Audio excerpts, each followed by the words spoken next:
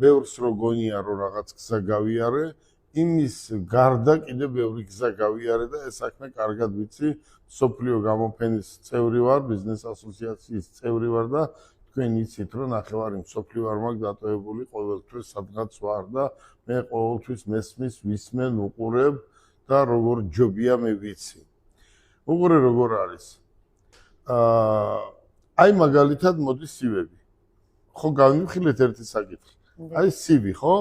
მოდის სივი. კი ბატონო.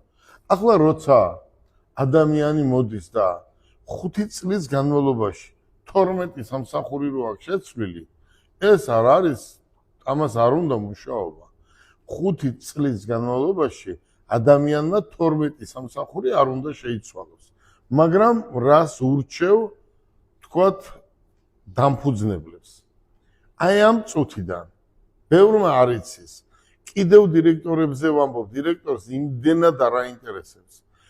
დამფუძნებლებს ურჩევ, რომ 10 წლის განმავლობაში სამსახურში რომ მიიღეს თანამშრომელი, თქვათ, აი მაგალითი ავიღოთ.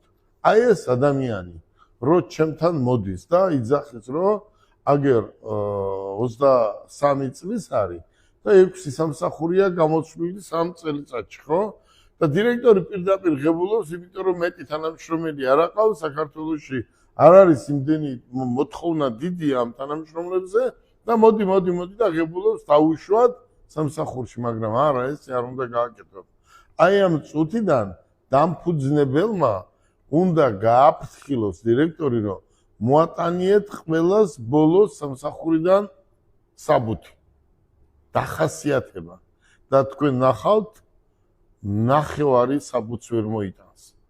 ან გაშვებულია, ან ის შემოგზავნილი იყო, ან და ბევრი რამ ახლა აქ ვერ ვიტყვი, ბევრ რამეს. მაგრამ დამერწმუნეთ, რომ რატომ არის კომპანიებში პრობლემა. კომპანიებში იმიტომ არის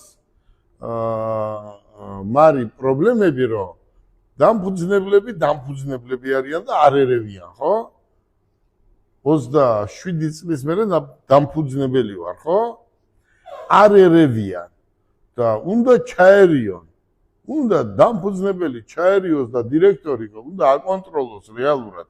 და დირექტორს უნდა უთხრას, რომ კაცო, შენ როცა ადამიანს ღებულობს სამსახურში, მოდი გადაამოწმე ეს. აი უყურე როგორ არის.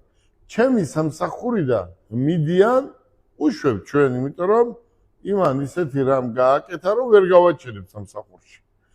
და მიდის ჩვენს კონკურენტთან